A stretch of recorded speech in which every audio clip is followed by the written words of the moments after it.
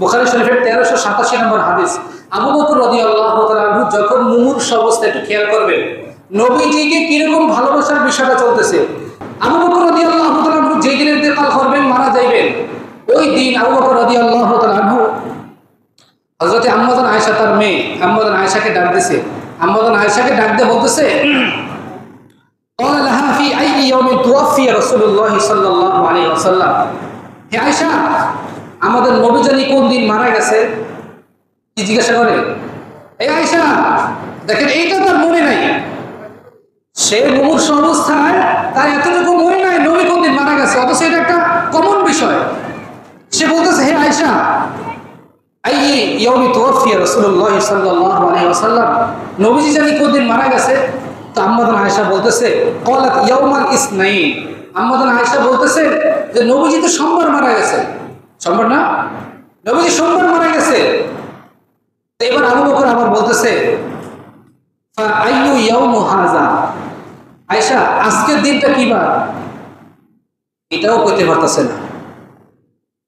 ক্বালাত ইয়াউমুল ইসনাইন, আম্মাজান আয়েশা বলতেছে আজকেও সোমবার। আজকে কি বার? সোমবার।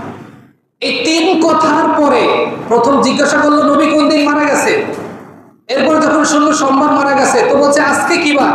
সোমবার। তিন কথার পরে তার জেহেনটা একটু ধাক্কা দিয়া খুলছে।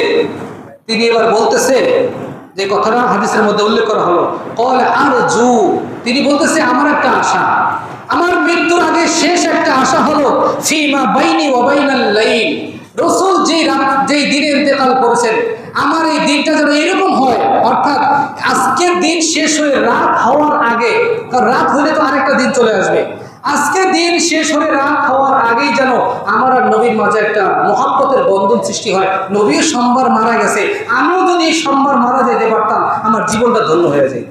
সুবহানাল্লাহ, কিরকম মহব্বত! মৃত্যুর সময় নবী কোন দিন মারা গেছে, ওই দিনটাই বসে মহব্বত করতেছে।